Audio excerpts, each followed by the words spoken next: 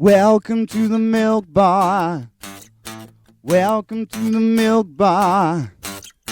Welcome to the milk bar. Welcome to the milk bar. Welcome to the milk bar. Welcome along to episode 671 of The Milk Bar. Jason Forrest here with you as ever. And coming up on the show this week, we'll be finding out about a Jubilee Jamboree song saver, which is going to be a bit of a charity fundraiser that runs over 12 hours in Wednesfield in the run up to the Queen's Platinum Jubilee. We've got the amazing Craig Mather from the wonderful Barricade Boys who are appearing at the Grand Theatre this month, letting us know about their show. Dean Friedman will be along to let us know about his album and tour. That's coming up. Plus, we'll be hearing from Sam Rabone about a charity fundraiser getting cash together for the Ukraine appeals. That's all taking place at the Lichfield Garrick. We'll be joined by Jaspreet Kaur as she lets us know about Brown Girl Like Me, her book and book tour, which is arriving in Wolverhampton on the 10th of May. Plus, we'll also be hearing from Lara Pictet as she lets us know about the 4 films she has coming out in 2022. That's all on the show this week.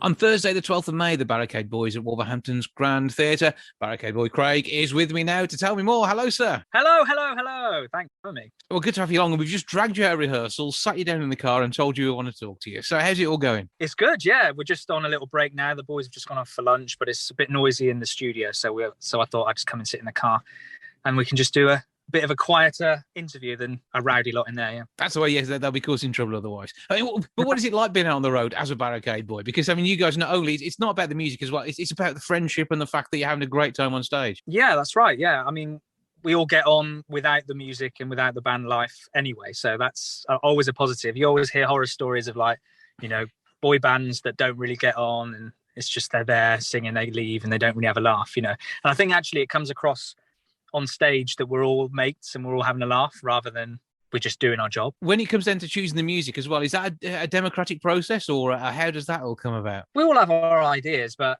ultimately it comes down to Simon and Scott who created the Barricade Boys. It's their kind of baby. And we all have our like little go, oh, actually this might fit there, you know, the set list order, maybe we have a little discussion, but yeah. How does the evening sort of pan out? Because you've got a mix of music from the musicals and some amazing contemporary pop hits too. Yes. So most of it is linked back to musical theatre. Obviously that's where we come from. And then obviously we have some greats like Elton John and some Queen.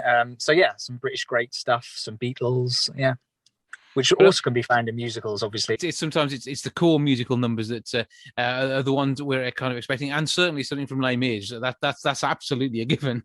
Exactly, it does exactly what it says on the tin. Yeah, so me and Scott met on Les Mis, and obviously everybody else in the pool of Barricade Boys have all done Les Mis at some point, whether the movie, West End, tour, whatever. Yeah, so we do, I think, 5 numbers from Les Mis, but we do them our way. We don't just do a staple kind of Les Mis song. Mm-hmm. So, for instance, I'm going to be playing Empty Chairs on my guitar. So a little bit different, you know, so it's kind of has its own unique quality. And it's through that and the fact that, I mean, Scott, Simon and Kieran, yeah, I mean, you're the core of the Barricade Boys, but you fill it out with other musicians and different events too, don't you? Mm-hmm, that's correct, yeah. So Scott and Si designed it to kind of be a filler at first. So when we weren't in West End shows, we'd go and gig as the Barricade Boys, you know, that kind of thing. And obviously it's grown and grown over the years. So yeah, there's like 50 other Barricade Boys that can dip in and out, all know the stuff. Obviously nowadays with whole COVID and all that and illness, you got to have kind of backups. Otherwise things, you know, but we are the core members. Yeah. And if we're in jobs, then we dip out. It's all about the quality of the performances too. So everybody has been kind of hand selected to really show off the talents and show off the music too. Absolutely. Everybody has the stamp of approval that's been in Les Mis. So everybody is at a certain level, which is ideal, you know. And are there any musicals that any of you haven't been in yet that you all want to be? And is that something that comes up in conversation? Because I mean, obviously Les Mis, we've talked about that, but the likes of Billy Elliot, Heathers, The Sound of Music, Joseph is Amazing, Technical, The Dreamcoat. I mean, the list of shows you've been in just keeps going on and on. Sure. There's one show I'd love to be in, but I don't know whether I'm too old now. But I'd love to play Marty McFly in Back to the Future. Obviously, that's quite a new one. But yeah, I'd love to do that. When you're out on the road with this show, you get an amazing audience reaction to each of the songs, because there is absolutely something for everybody in there. Absolutely, yeah. There is literally from the age of 5 up till 95. You've got everything in there. There's some things in the set that my wife doesn't necessarily like that musical, but then there's something that she really loves. So there is literally something for everybody.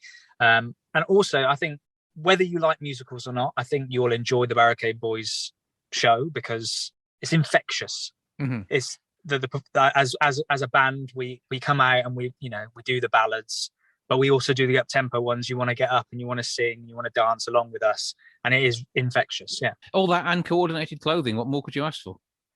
Well, yes, not so much today. Not everyone's wearing green today, but coordinated clothing. Yeah. It's all a bit of fun. It is the Bring Him Home tour. The Barricade Boys doing their thing. And what can we do if we want to prepare ourselves for this? Is there a website where we can go and see all of what you've been up to? Yeah, so barricadeboys.com. And Ticketmaster and Live Nation is where you can go and get tickets, or at the theatre itself. So. Yeah, well, Wolverhampton Grand Theatre can be found via their box office on 01902 429212, or nip along to grandtheatre.co.uk to get your tickets. It is all going on. It's going to be an amazing night of entertainment. You can't ask for anything better than the way in which the Barricade Boys bring this to the stage. It's all taking place on Thursday, the 12th of May. Make sure you're part of it. And that's the thing. The audience do get to stand up and dance around a little bit towards the end as well, don't they? Yeah, absolutely. We encourage that. Yeah, and especially after the 2.5 years we've had where nobody wants to do any of that. Now we're ready. We can dance with each other and sing with each other. Yeah, absolutely. All about having a bit of fun. Well, it's going to be truly amazing. I know that. Have a great time. Break a leg, and we look forward to seeing you on stage at Wolverhampton Grand. Thank you, Jason. Cheers. Thanks for having me.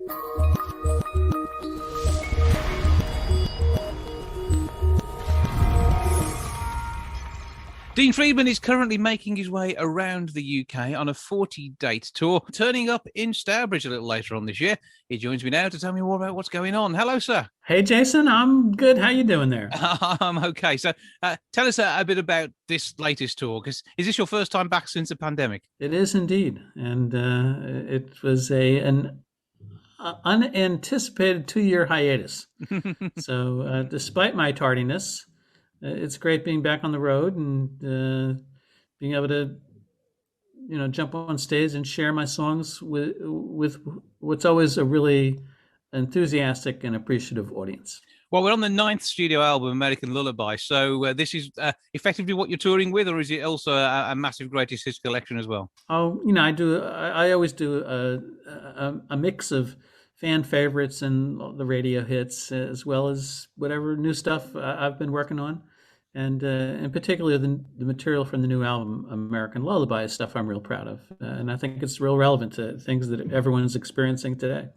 Yeah, I mean, you're never been one to shy away from having a political statement in there, but always, I think, on the right side of politics. That tends to be the way it works with you. I guess that depends on your perspective, but that's good to hear. I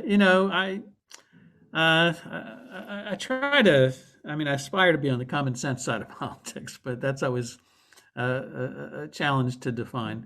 But this whole album was inspired over 6 years ago when I woke up to discover that a bankrupt real estate developer from New York and known money launderer for the Russian mafia had become president of the United States. Well, these things happen.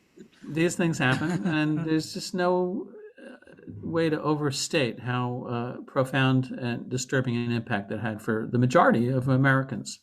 And yet we're still seeing him in the public eye talking about what he's done. And he's not on maybe quite the same after-dinner circuit as, say, Obama. No. He still has the potential to do a lot of damage. And, we're all still at risk, him and his like.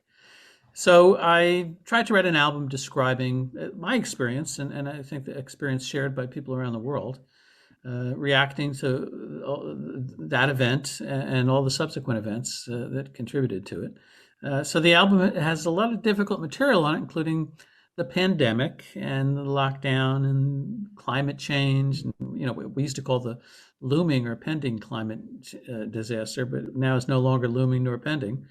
Also, our really polarized politics, and but at the same time, I try to leaven it with what I view as a crucial survival mechanism, which is a sense of humor. So anyone familiar with my albums know that there's plenty of whimsy and wit that goes into my view of the world, and so it's a mix, and the reaction so far has been really, really positive, which I'm pleased about.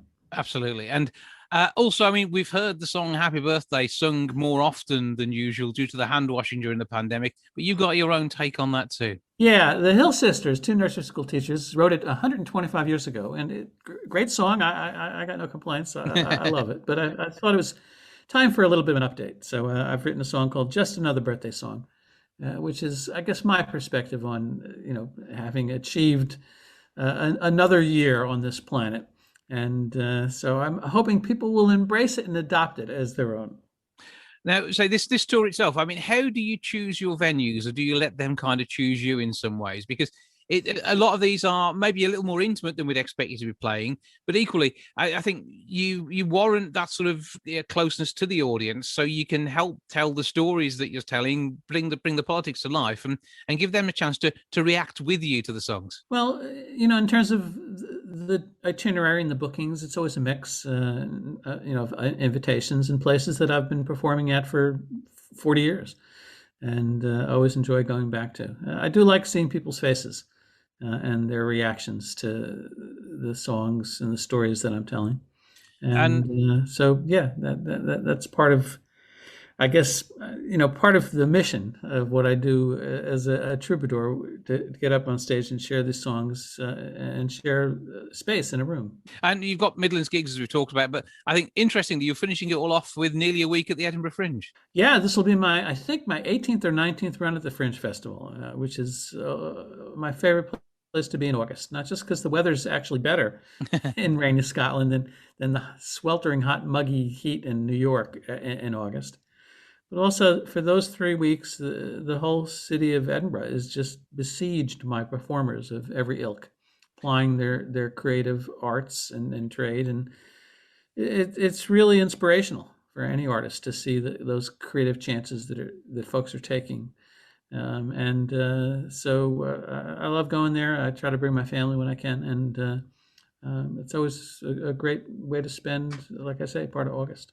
And we mentioned the fact you're playing the Midlands. Katie's Secret Garden in Stourbridge, 31st of July. So that'll be the easiest one to get hold of. Less panic, no rushing around.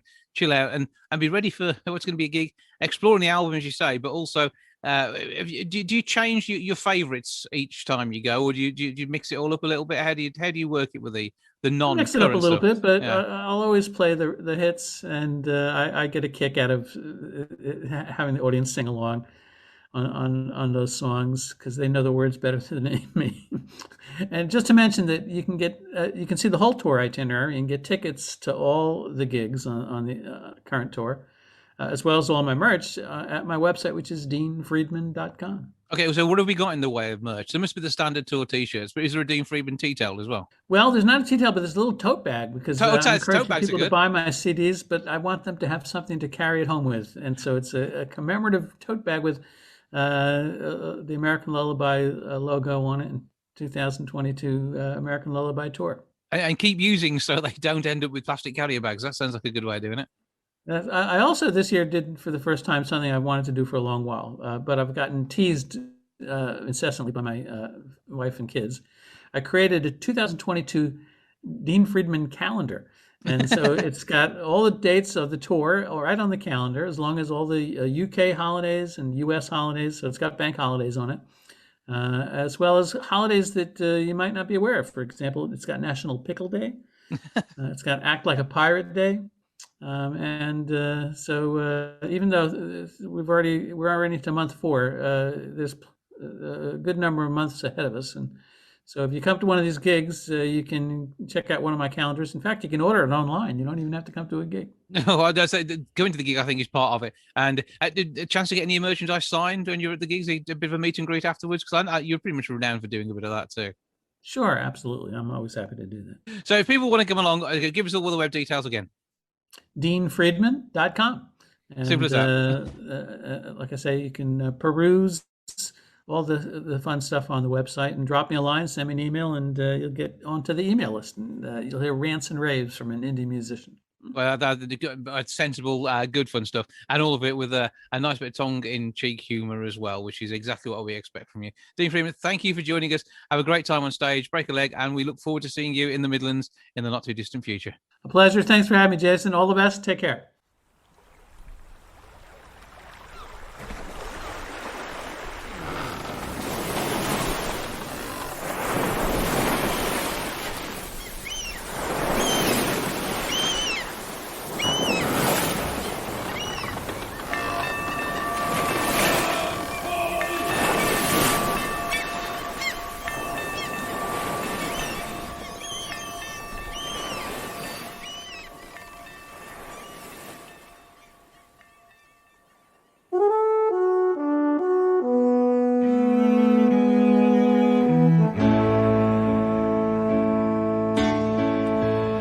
Don't you fret now, don't you cry. It's an American lullaby. Manifest destiny's a lie. It's an American lullaby. Half moon sailing through the night. Crack of a musket fired first light. Always keep your powder dry.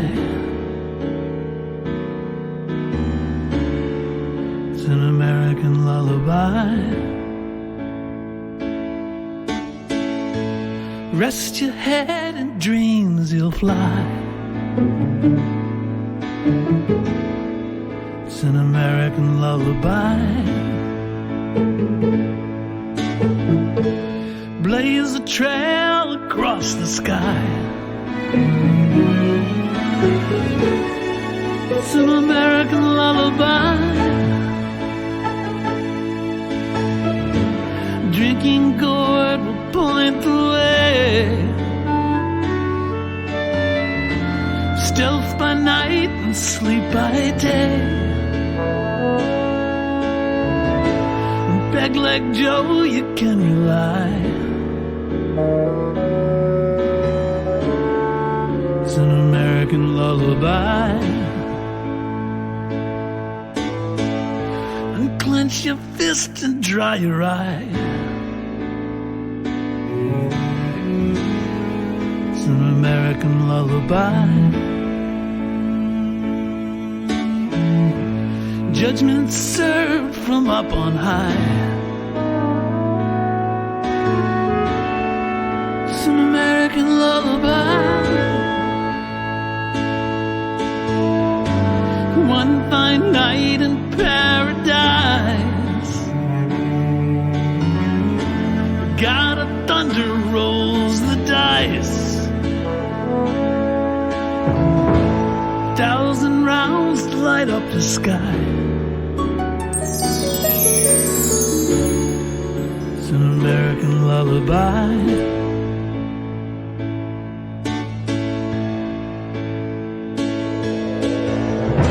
In restless dreams we shall defy. But TV pundits prophesy. Best laid plans have gone awry. It's an American lullaby.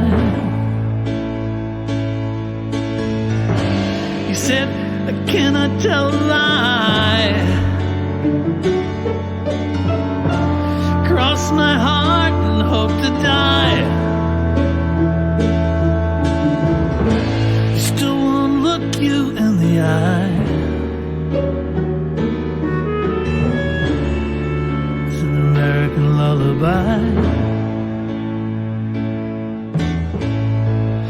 Close your eyes now, sleep is nigh.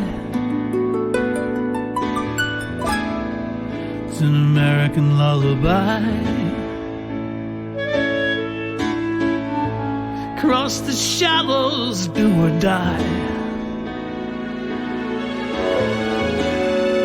It's an American lullaby. Headlights shining in the dark. Coyotes howl, the bloodhounds bark. You can hear the angels sigh. It's an American lullaby. Human kindness in short supply. It's an American lullaby.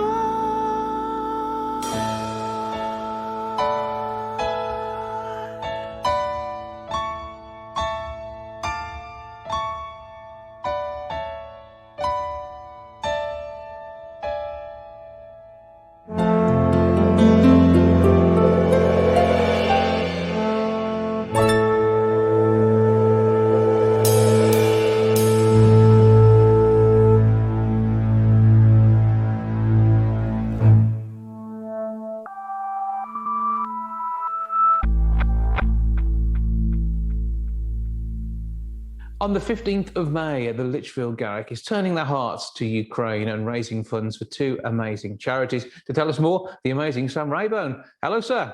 Good day. So, I mean, you are part of the fabric that is the Lichfield Garrick, I think, at the moment, due to your wonderful role in Panto there each year. You All are the woodwork, I think. I'm more like the woodwork. Yeah, possibly.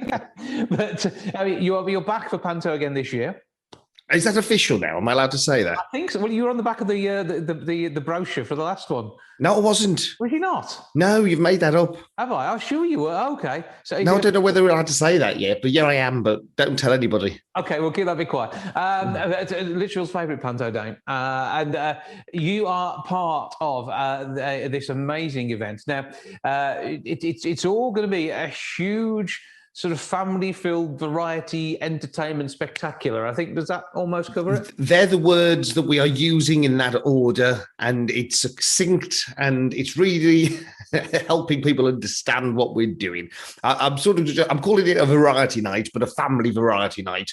When I started asking people to do it, it was people saying yes. I thought, well, this is going to be more fun for the whole family. And then I thought, I don't think I ever, as a kid, saw a variety night or got to see something in the theatre that wasn't either a panto or a play for children. And so as I started putting this together, it just sort of lended itself to be a variety night, but for the whole family. So there's going to be stuff for everybody. And yeah, it's just made me happy putting the whole thing together. But yeah, it's a family fun variety night. That's the way we like it. Now, so 5 o'clock is the official on-stage start time, but it gets going well before then, It does. doesn't it? And for good reason as well. So when I approached the theatre, we've had lots of chats about this, but I approached Matt at the theatre and said, do you think we should do something? Like lockdown, it was all that case of, do you think we should do something? And so in lockdown, I did things online, raised charity money while doing lockdown discos. And then I thought, well, we need to do something now. So I asked Matt and said, can we do something? And Matt's like, we got no time to organise it. I said, look, I'll put a bit of legwork in. I don't mind doing a bit of organising. I just need to know I've got the theatre. So they said yes on the 15th.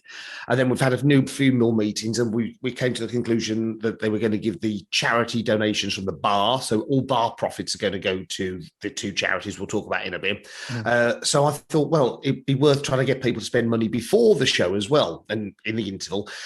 So the doors will open at 4 o'clock. So the show starts at 5. The doors will open at 4 o'clock. And then from 4 o'clock, you've got the Vegas Showgirls. Now, the Vegas Showgirls appeared on the Royal Variety Show. They're from the Royal Variety Show. So that's how much variety we're bringing. And you can have photos with the Vegas Showgirls. And we'll have a photographer there. And I think this is hot off the press. And I'm hoping that it's confirmed. And I'll tell you anyway. And if it doesn't happen, it's charity. You can't shout at me. We should have a photographer there selling photos photos of, like, so you can buy the photo of you and the Vegas showgirls there and then. We're also going to have James Mitchell. Now, you probably remember James Mitchell. He appeared in Panto as PC Pongo and one of the Ugly Sisters. Now, he's a multi-talented man. He's also a magician. So he's going to be doing close-up magic. So while you're in the bar having a drink, buying your food, charity, all profits go to the charities, he can see some close-up magic. Mm-hmm. Then we've also got a local singer. He's an acoustic guitar player, Rob Taylor. He's going to be in the foyer, well, in the green room bar probably. He's going to be in there doing some music. So you've got an hour's worth of entertainment before the show even starts. And as I say, all the profits will be going towards the charities. So while you're having a drink, whether it be a beer or a coffee, you're also giving towards charity. What better cause for people to give to charity than with a drink as well?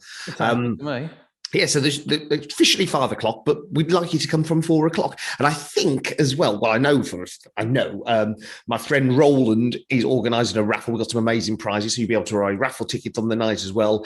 And I think I'm still waiting for official confirmation, but I should have some Ukrainian people selling products for charity as well. So like Ukrainian ribbons, sunflower seeds, all sort of little Ukrainian tidbits. So all of their donations as well will go towards the 2 charities. But they'll be in the foyer selling, so you can come in with your ribbons or your bands on as well. So you mentioned the 2 charities several times. Before we get on to the main acts, tell us about the 2 charities. 2 charities, the DEC, which is the main sort of one that you'll have heard on the news, the disaster. Now, I always want to say education, but it's not education. It's the Disaster Emergency Committee, and that will go to the specific Ukrainian section. We're also going to split it in half, and the other half will go to the City of Sanctuary, Lichfield City of Sanctuary, which will help the refugees who arrive in the area. So at the moment, there's a few families in Tamworth, and from other refugee crises as well. But it'll be predominantly for the Ukrainian families that arrive once the visa situation is ironed out and people are able to come in, but that'll help children with school stuff. But it's basically helping within the city, anybody that's arriving. So the 2 charities, the DEC and Lichfield City of Sanctuary. So that's an amazing bit of work that's been done there. So now we need to talk about this lineup because it does feature both yourself and a comedy partner of yours from Pantos Gone By. Ian Billings. A Wolverhampton lad doing his thing, and that's going to be a giggle, isn't it? Oh, I thought you were going to say no, not Ian Billings. You're talking about somebody else, but yes, Ian Billings is there. I thought you were going to say no, not Ian. I was going down the Ben Thornton route. I know you were. I know. You've led me to Ian as well, but I can't diss Ian Billings. He's a top fella. He is. He's a very short top fella, but he's there. Ian Billings will be there with his illustrator, Chris White. Now, I talked to him about this because I know he's one of the only stand-up comedians for children in the country, but we were sort of talking about what we could do. And one of his main things he used to do at Edinburgh was his poetry while Chris Wright would illustrate. So it's something that we'll never have seen on the Lichfield stage before. So he's going to come and do a little slot of the kind of stuff they used to do at Edinburgh Fringe. So we've seen sort of the arty stuff from Edinburgh Fringe come down with Ian Billings and Chris White. Ian's, of course, got loads of children's books published. He does loads of work in the areas in the school. And also, you're going to get illustrations at the same time from Chris White, which is quite exciting. Yeah, Chris White's done so many books. They have a book about chickens they worked on together as well, which is quite intriguing. Of course they do. Yeah, and, Billy Plonker and the Grotler Bobbers, all sorts of amazing bonkers books for children. He's sort of like he's like the David Walliams of Wolverhampton. He's going to write that. He's going to put that in a poster, isn't he? He's going to put that in. He's better than David Walliams because I don't hate Ian Billings, but there we go. I don't hate anybody. I'm joking. We casually mentioned Ben Thornton in passing then as well, and I mean probably for the best. Yeah, just casual. You were doing so much great stuff on that Lichfield Garrick stage in Panto with him too. Yes. So he was one of the first people I asked because I thought between the two of us, if we don't just host it, we can probably do other things as well. So Ben's going to come back and he's going to basically me and Ben are going to host the night with some other things thrown in as well. We think we need to talk about it a bit more. He's in rehearsals at the moment for another show, so we keep on having to try and catch up.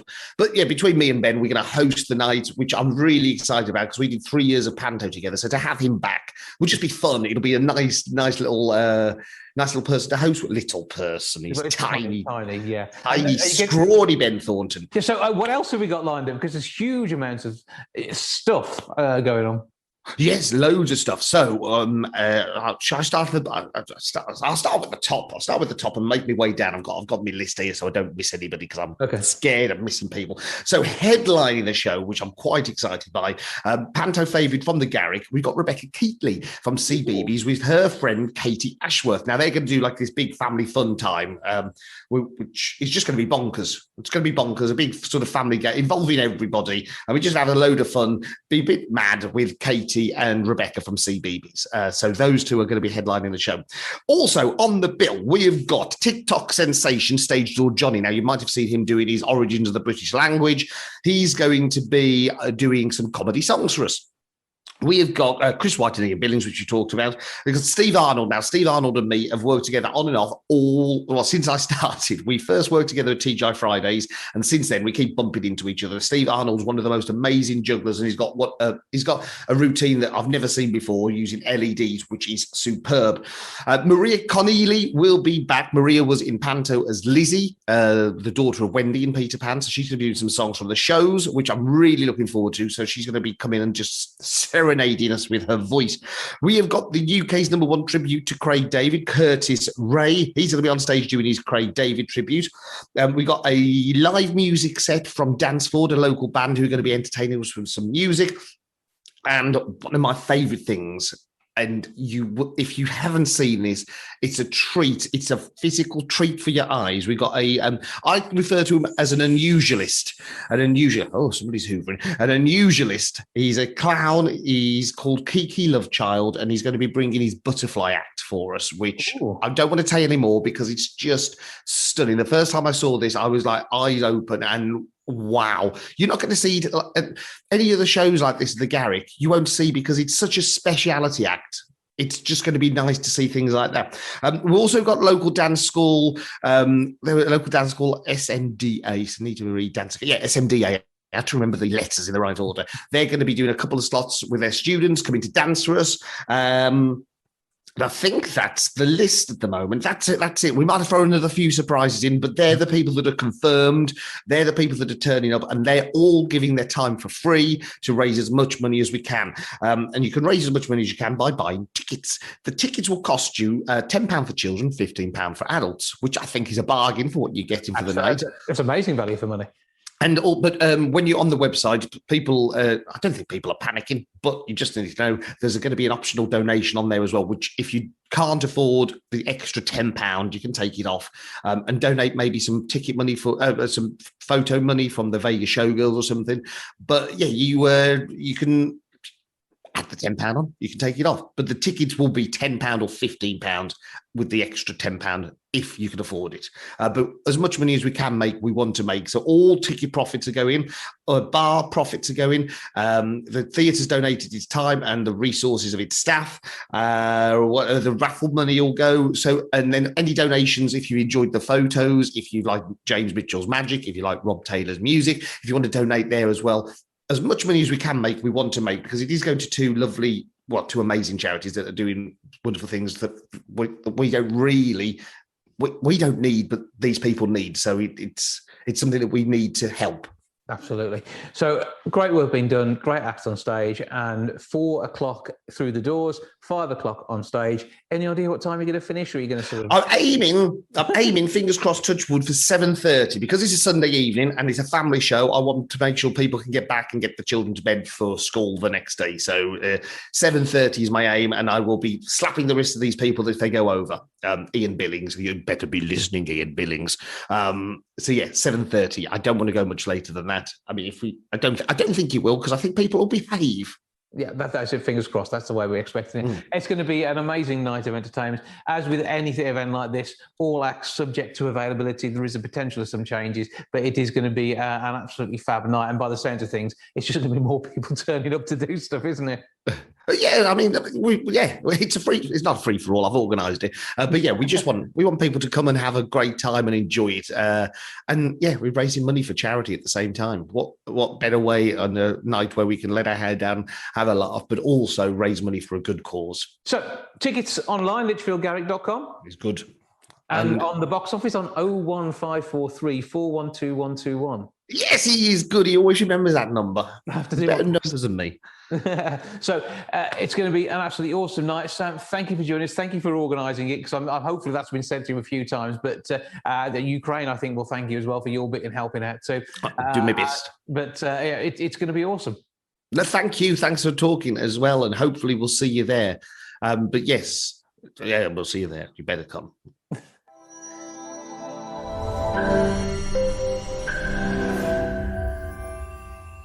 On Saturday, the 14th of May, there's going to be a Jubilee Jamboree Singathon. Somebody who is part of the team who organised that is Elaine Buckland at MBE. Also involved is Grace Gull. And I'm joined now by Elaine and some of the gang to let me know what's happening. Hello. Hiya. Right, so they've already voted that Elaine is going to be the noisiest during this. So, Elaine, what's happening? They know me so well. Well, yeah, it's a Singathon. It was an idea that I think I just had one night after speaking to Grace about something that maybe we could do to celebrate the Jubilee and also hopefully raise funds again for a charity good cause. Initially, I think I suggested 24 hours, and yes, I did. And Grace went, forget that for the game of soldiers. So it was like 12 hours, or we're not doing it at all. So yeah, 24 hours, I think would have been slightly too much for us. So yeah, we're doing it at the church in Wednesfield. This is associated to where we practice and we run our choir sessions weekly here. So we're setting up there, and I'm going to take a PA system with me, so we're going to have a nice microphone, and people have given time slots. So from starting at 10 a.m. in the morning till 10 p.m, people have given a time that maybe they can attend, and songs that they want to sing, whether it's solos or duets or group numbers. But we're having different sections throughout the day to celebrate certain things for the Jubilee. So at 12:30, we've got a proper royalist kind of song section at the exact time that she found out about the death of her father, and that she obviously became monarch. So, and then we're going to do songs from the Commonwealth, a section from that. We've got a request section. So we've suggested that people pay £10 if they would like a certain song request of anybody who's sort of taking part in the event. And then we will sing it live on the day, and it'll be recorded. So we've already had quite a few requests for certain songs, and it's all going to Promise Dreams. And Steve Bull and Alan Bull, Steve's brother, is singing on the event. So yeah, it should be good. Okay, well, it already sounds promising, and I've heard Alan Bull's work. I know he's not only a nice chap, but also exceptionally good singer as well. So it's all looking good. As we say, Saturday the 14th of May, St Thomas's Church in Wednesfield, 10 a.m. through till 10 p.m, and a tenner to get your song request in for that slot. And so this is all about making sure you can come along, because it's £5 for a ticket for an unlimited entry on the day, which means you can turn up for the start and see it being opened by Jane Stevenson MP, and then disappear and do your shopping in town, and then come back and eat your shopping whilst you watch everybody singing. Yes, exactly. It's great, but we are hopefully going to have refreshments. We're going to have some people making cakes, and we're going to have tea and coffee and drinks and some quiche and things. So people have kind of already donated. Our lovely Helena, for example, has given some money, haven't you, for some of the refreshments. She's only because she's been guilted into giving us some cash to buy quiche with her. And it's not a jamboree without quiche, is it? So Helena, well done. Thank you for that. Your effort there. Exactly. So no, but remember all these things. You can't do events like this and without having a great team of people who are always prepared to say yes to what we suggest. So tell us about the group of singers to start off with. You already said you regularly rehearse. So who are you? Where are you? And what you're doing? Well, we're the Counterpoint Choir, who are based obviously in Wednesfield, and like I said, we meet weekly here at St Thomas's Centre, opposite the church, St Thomas's Church in Wednesfield, Thursday evening, 7 until 8:30. And yeah, we just great fun. We sing all kinds of music. We do lovely events. So once we've done this, we're doing our own show once again for another children's charity. We should have done it just before we had lockdown, and we're doing it at Technical College in September, and that's for the Make-A-Wish Foundation. So these people are made up of all ages. Just great people. They're all going to be singing on the Singathon, solos and duets. Except Helena, who can't be bothered. I am singing. She is. But I just can't cook. Yes, she's not singing anything from Waitress. Oh gosh, she is. Oh gosh. It's amazing what baking can do. Probably not the one you will be doing from Waitress though. There's huge dollops of irony, even if you can't do quiche. So that's all good. Absolutely. No, I tell you, I don't know if you can see everybody. If I go around, how about if I ask all of the singers who are really paying attention, Simon, and to give you an idea, I'm terrible enough, to give you an idea of the songs that hopefully they're going to do. A few of the songs are going to do on the day. That'd be great, but the thing is, they're going to have to sing the title for us as well. Oh, absolutely. I say, get them to step forward and do it. Come on, let's get the gang in. Or just name a few. What are you going to do? I'm singing a few songs, different things. I'm doing some pop songs, got some Robbie Williams. I'm doing some soul and Motown songs as well, and then some ballads as well to finish it off with. So it's about a half an hour set you're doing for us, isn't it? Yeah. A good. What time are you performing? 3 o'clock. 3 p.m. So when you've got 12 hours to work with, you can do that. I mean, yeah, and some people are, because some of my singers who can't attend are doing stuff like Alan, because he's in Blackpool. He's going to do like a video set. So we're going to play his songs and he's going to send photographs, etc. But all these people that you're going to see here today will be sort of performing live for us. I've got some singers who are on tour from the Book of Mormon. Some of my students, they're going to come along from the touring company from London. They're going to come and sing for us. But let's introduce you. This is Katie that's next. So Katie, just want to say what you're going to plan on singing? I'm singing Black Velvet. I'm singing a Queen song, and I'm also singing a song that we're going to be doing in the show in September, My Church, where I kind of sing the verses and then the choir join in with the chorus for that one. So yeah. And thank you, Katie. We're looking forward to that because I love that number at My Church. Then we've got the children here now. The children, I gave them a special little task a few weeks ago. So do you want to come a little bit closer to us here? You know, we don't bite, you know, girls. Come and tell us a little bit about. Bring your folders. That's it. Do you want to come closer? Here we are. Proper choir master telling everyone what to do. Well, there you go. There you go. I have no idea. Goodness gracious me. And so here we have the lovely Freya and we have Lexi. And do you want to just explain it's the kind of thing I asked you to do for the event and say it nice and clearly? We've been asked to do a little slot because we're at the moment the only children in the choir. So we've been asked to sing a couple of songs. And what are you going to do? We're going to do some songs for the Queen. They're going to do a special little tribute for Her Majesty, and we're going to have a really beautiful colour brochure done, aren't we? And that with everybody's photograph on it, we're going to send it to the Queen, aren't we? Yeah, and wish everybody well. We'll give them a round of applause. Well done, girls. Well done, girls. Thank you. You can go sit down now and play with your scrapbook, so that's all good. Right, so what else have we got? Anybody else volunteering information? We've got Claire and Jane.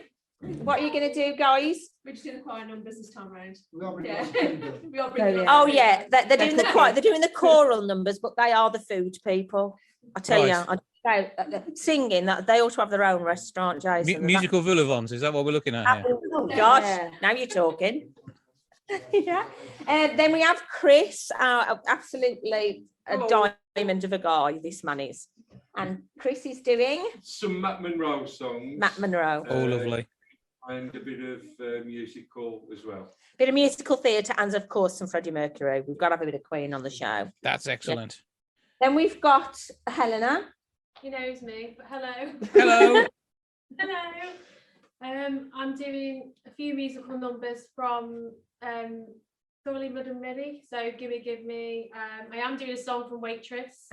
And one from Phantom of the Opera and Chorus Line. And then I'm just sticking a couple of pop songs in. So Adele and Blondie. A nice mix. Yeah, excellent.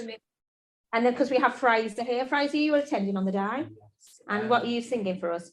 I'm not sure. I think I'm going to do Life on Mars by David Bowie. Life on Mars, a bit of Bowie. That sounds good. I'm liking it. That's going to be amazing. As long as he does it in full makeup, that's okay. He's going to do it on the show in September at full makeup. So again, and of course we have Grace, and Grace is so Grace is going to. Grace is hiding. I'm just I'm filling in the gaps. That's the way. Anytime someone stops, you're going to start singing. Pretty much. Yeah, exactly. Okay, that's the way we like it. So all the details are, and these are the important bits. So I'll run down this, and then you can tell me how they can get tickets. So it is Saturday, the 14th of May, 2022. St Thomas's Church, Wednesfield, 10 a.m. through to 10 p.m. 12 hours of amazing entertainment for Jubilee Jamboree Singathon, which I can just about say. And it's all going to be raising funds for Promised Dreams. So if people want to pay 10 quid to request a song, or just buy their tickets at £5 for a limited entry on the day, or just throw you some money anyway because they're nice, what do we do? Well, we do have a Just Giving page, which is under Jubilee Jamboree. Also, the best way to get tickets is probably through one of our mobile numbers, which are 07527 643403 and 07949 767 986. So you can get in touch, get involved, be part of it on the day, request a song.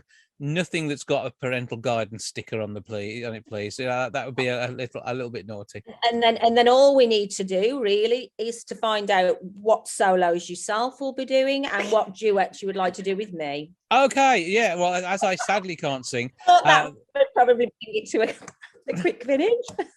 There we go. Now it's going to be an amazing event, isn't it? I'll see if I can nip down and see you lot sing on the day. That would be an absolute treat. And I'll mime in the background if ever you want me to. It's going to be awesome. The Jubilee Jamboree Singathon, as I say, 14th of May at St Thomas's Church, Wenfield, 10 through 10. Make sure you're part of it. Elaine Buckland, MBE, and Grace Gould, thank you, and the rest of the team for joining us. Thank you, Jazz.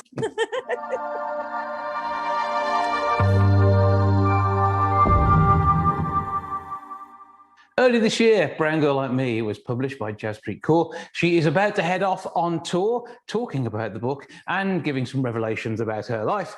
And she's in Wolverhampton on the 10th of May. And she joins me now to tell me more about what's going on. Hello. Hello. Hi, Jason. Thank you for having me. Well, good to talk to you. And the book has literally been a lifetime in the making. It honestly has. It's definitely a book that's been a lifetime in the making. It's the book that I always wished existed when I was growing up here in the UK, a book for South Asian women and girls on kind of guiding them through all the things that we're trying to balance as Asian women, these kind of intersectional parts of our identity, all these different parts of what make us who we are. But growing up feeling like a book like this never existed. So it's definitely kind of a lifetime of work, though it's packed with kind of anecdotes from my own life, interviews with incredible Asian women from across the country, and a lot of academic insight in there as well. I wanted to bring in a little bit of my academic side of kind of historical, political and social theory to understand why Asian women are experiencing all these things. So yeah, it's now out there in the world after a long time coming, and I'm so glad it's getting the response that I hoped for. And when it comes down to it, I mean, we could all probably do with an instruction manual on life and the problems that are caused by other people's issues, because if anything happens or there's prejudice in any way, it isn't your fault. It's the fault of the idiot doing it, isn't it?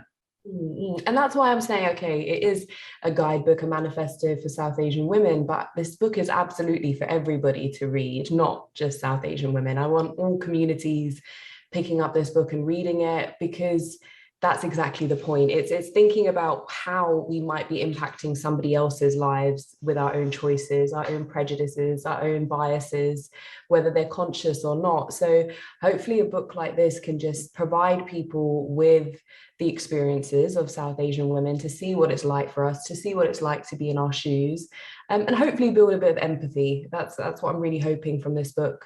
And that's why I'm hoping everyone does read it. So yeah, you're absolutely right with some of these issues, whether it's to do with discrimination, sexism, misogyny, even things like racism that I'm speaking about quite openly in this book.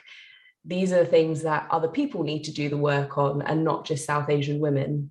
But what I'm trying to convey to brown women in this book is that when we are handling these situations, when they do come up, whether they're kind of microaggressions in the workplace, whether they're how we're being treated in educational institutions, there are certain things that we can do ourselves to support our mental well-being, to kind of protect ourselves and to guide ourselves through it when it is happening in those moments as well.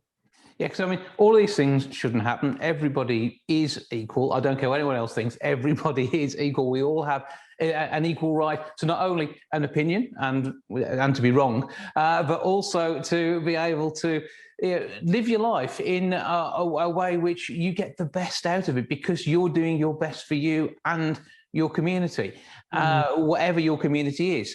And we in the Midlands, and you've got 2 dates in the Midlands talking about this. We're lucky, I think, to have such a wonderful multicultural society, multi-ethnicity, multi-faith, and it's through understanding each other and the background that's brought us here, whether you're first, second, third, fourth generation from another part of the world, formerly part of the empire, which is fortunately now a Commonwealth, but even so, that's still got its problems. But there's all sorts of different things which go into making us who we are, and whether it be a background and understanding and appreciation for something else from somewhere else in the world, or how we work here. Just having an insight into the way somebody else has got to the point which they are now, and the way we are in the world now, can just be so educational and so nice to share. Absolutely, and that part about sharing is one of the most beautiful parts of this book, and one of the reasons why I want to reach all of these communities, and now doing this book tour and going across the country to meet these different communities face to face, because that element of sharing stories, I think, is really empowering for the individual to be able to share their stories, but also to those who get to hear it and get to listen to it. So that was a big element of this book, that I didn't want it to just be the academic side to things. I didn't want it to just be stories of my own life. That's why I set out to interview in total around 150 Asian women, to collate all those stories, because I think there's a real power in sharing them. And I'm totally going to steal this quote that I heard recently from a TED talk that said, "Stories are just data with a soul."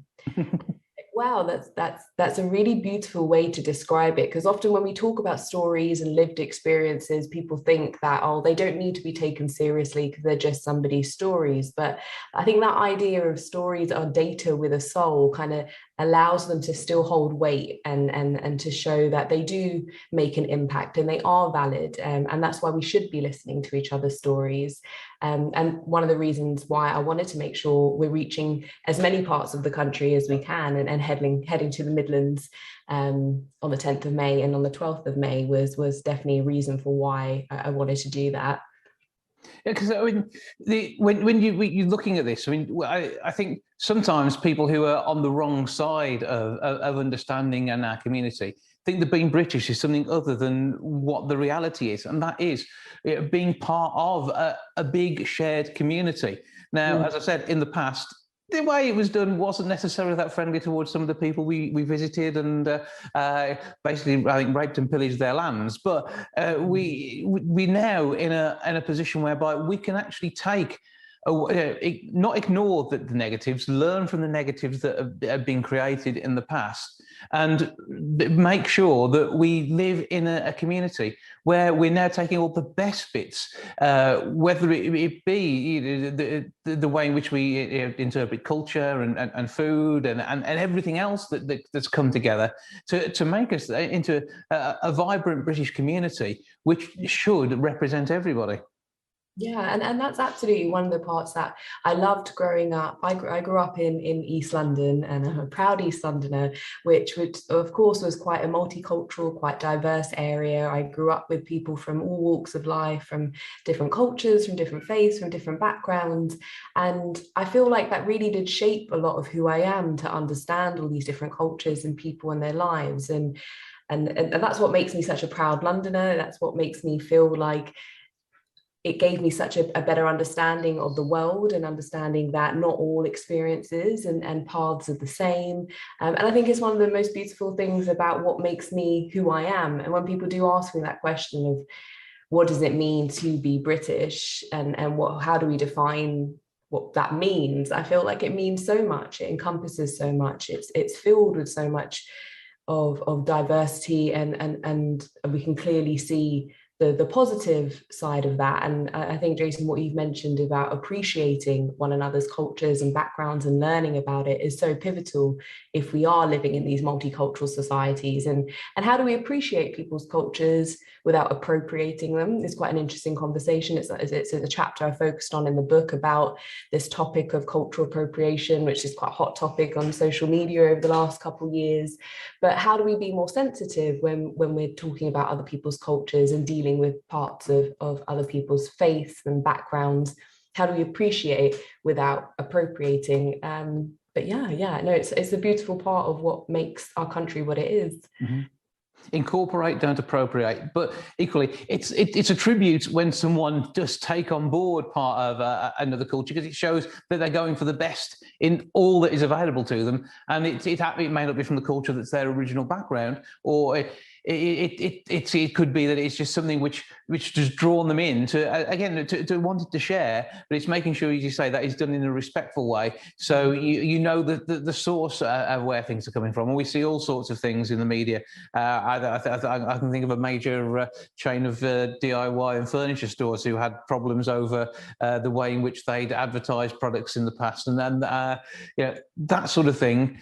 You can see why corporate big business want to be part of it, but it's making sure you hit it right, and that can be difficult, can't it?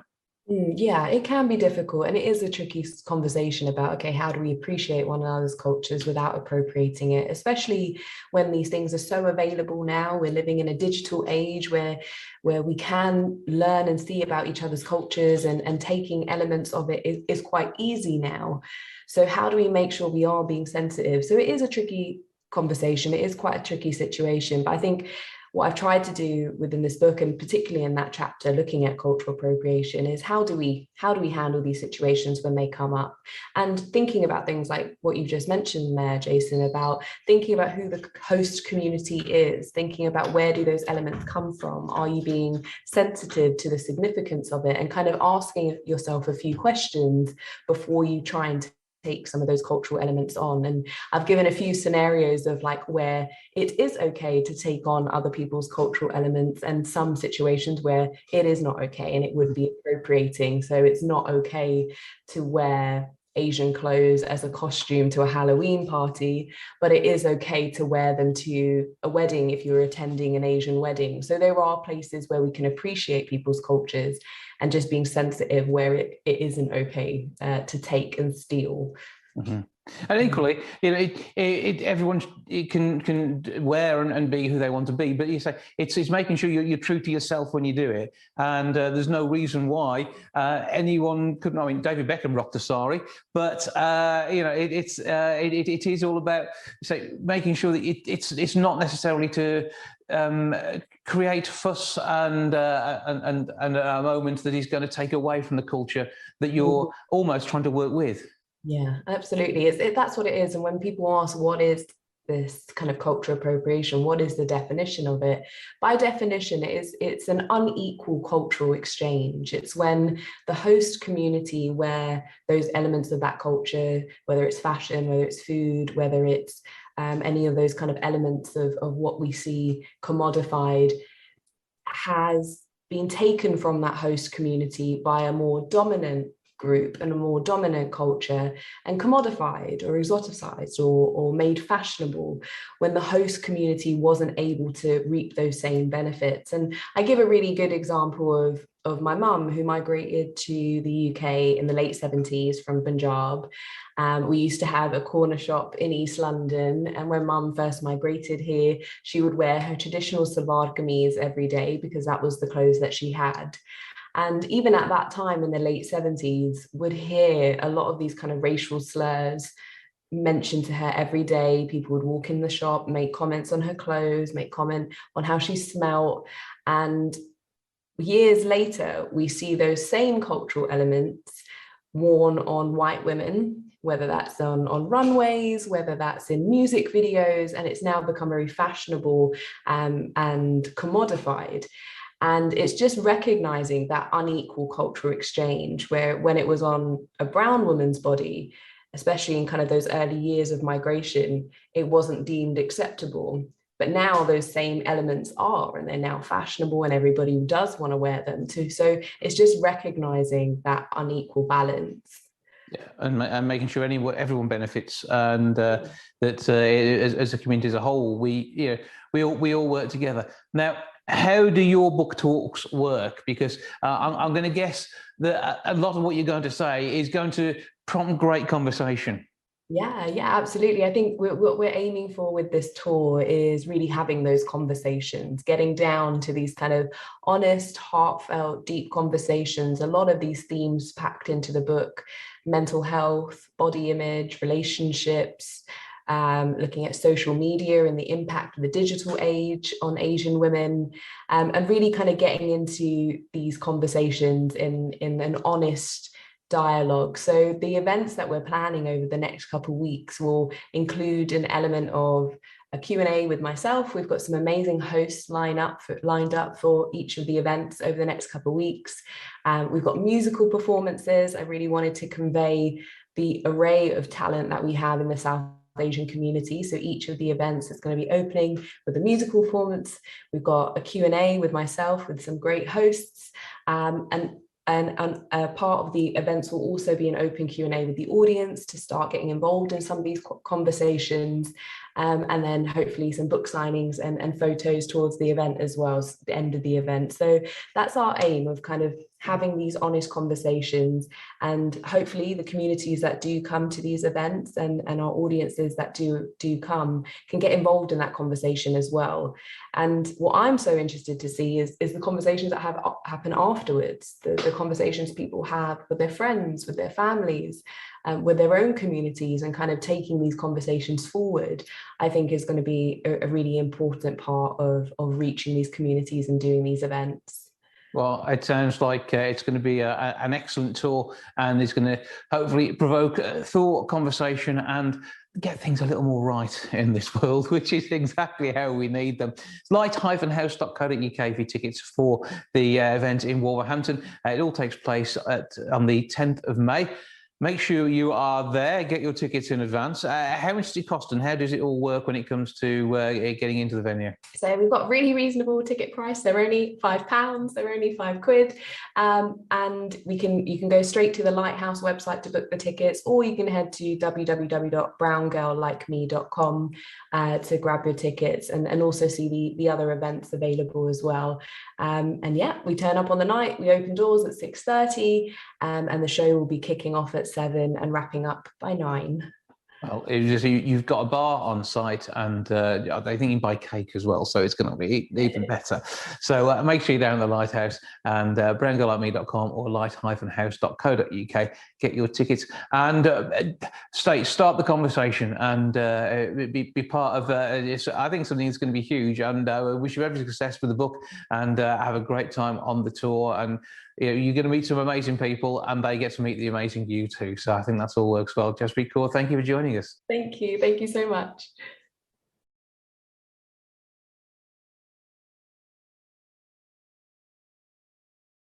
Laura Pictet has had a very busy time putting together 4 movies she's part of, and joins you now to tell me more about what's been going on. Hello to you. Hi, how are you? I'm good, and I trust we're finding you well, if not a bit busy with movie premieres just at the moment. No, not at all. Just everything is getting sorted, so it's on a good way. So, but 4 films out in 2022. That must be a record. 100%. Yeah, absolutely. Especially during a pandemic. Yeah, I know that is quite impressive going. So, what have you got coming out? Because I know you've already done some of the US launches, and you've got some great things happening in the UK and Europe. Yes. So I believe that the first one is Dakota. That'll be coming out on streaming in early May, and then Renegades, and then afterwards that'll be followed by State of Consciousness, hopefully in July. I think they're doing a world premiere at a festival in Italy, which would be super nice. And last but not least, Muti, which I'm not sure. I believe it's still in post-production, so I don't know the dates of the release yet. But that will come. So give us a bit of a background to each of these. Dakota being the first one. Yes. So Dakota is actually more of a family film, which is super nice. It centers on this woman called Kate, who is played by Abby Cornish, who's incredible. And it's a widow who basically lost her husband in the war in Afghanistan, and she's struggling to maintain her small town farm with her daughter while also running the local volunteer fire department. And there's this dog that's involved, and it's this really beautiful story. And a chance to tell a story, which is very much of covering things that have been in the news. People have seen this sort of thing. So it's a chance to really identify and draw people into the story through the experiences they've heard of in the media. Yeah, absolutely. It's a really beautiful story, and it's so beautifully well written and acted and all of it. Now, when we move on to Renegades, you've got an award-winning director involved on that one. Daniel. Yes, bless him. He has a great. When he knows what he wants, he has the great vision for it. He's great to work with. Now, in this one, though, you're playing the part of Sophia, who has been kidnapped, and that must be traumatic enough in itself, playing the scenes, let alone realizing that some people do actually go through these horrendous things. Yeah, I mean, just even myself, I wasn't quite aware how vast this inhumane industry is, and doing my research for it, the numbers were absolutely shocking. So the preparation for that was super.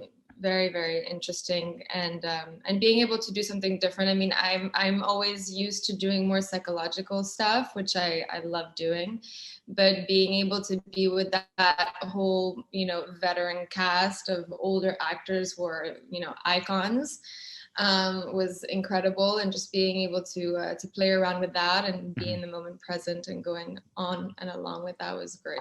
Yeah, well, Lee Majors, Patsy Kensit, Stephanie Beecham, Bill Murray, Nick Moran. The list just goes on, doesn't it? It's amazing. Yeah, I know. It's just so great because you wouldn't think that from, a typical action film. So it's kind of like a beautiful tribute. The storyline is a beautiful tribute to, military veterans. But in the cinema world, it's also a tribute to veteran actors, who are more older and who are... So it's a really all-encompassing, great little package. But I mean, yourself, you've produced films, the Beast, which you put together in 2018. That's an award winner. So these may be veteran actors you're working with, but you've all earned your stars effectively here. Absolutely, and still earning for sure. But it's a great start. Well, fantastic. And when it comes to it, though, the fact that you're fluent in English, French, and Spanish means you've got a wide array of films that you've got the potential to star in too. Yeah, I like to believe that. Maybe my physical doesn't look it much more than that, but yeah, definitely. Now I'm tapping into the Eastern side because I'm reading a lot for Eastern European roles. So now I'm trying to learn Russian, which is interesting. But I mean, to add that to my vocabulary on the resume. But have you ever dubbed yourself into a foreign language? Because most of these films have foreign language tracks, but you could easily be your own voice in French or Spanish immediately, and that must be quite quite an interesting one to do. Yeah, you know, I've actually never thought about this, but I should totally have that in my contract to be like, okay, I can do the dubbing in French, English, and Spanish. That'd be amazing. And I say 3 fees potentially. Right? Yeah. That could work, right? Okay, so I'm going to cut for that as well for thinking of the idea. So that should be good. But I mean, it is a good year ahead of you when it comes to all these movies coming out. What have you got that you're filming at the moment? Anything else in the pipeline? No, we're in preparation for something that I'm producing, which is it's going to be super great, and I can't talk much about it, but we will release something soon. Okay, so if you can come back and let me know about that when you can talk about it. Yeah, meanwhile, first of all, where do we find you on the socials, and then where do we find the movies that we've got on the way out? On social media, Lara Pictet, and the movies. I think I'll release where you'll be able to see them on streaming as soon as we are in the loop of when that happens. So look out for Dakota, look out for Renegade, and most importantly, look out for Lara Pictet. And you can enjoy the amazing work that you're doing in your career. Long may that continue. We're looking forward to more films that you've both produced, starred in, and fingers crossed, then dubbed too. Lara, thank you for joining us. Thank you so much for having me.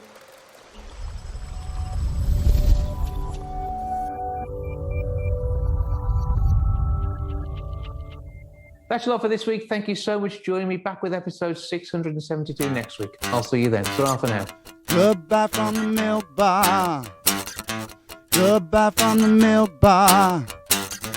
Goodbye from the milk bar.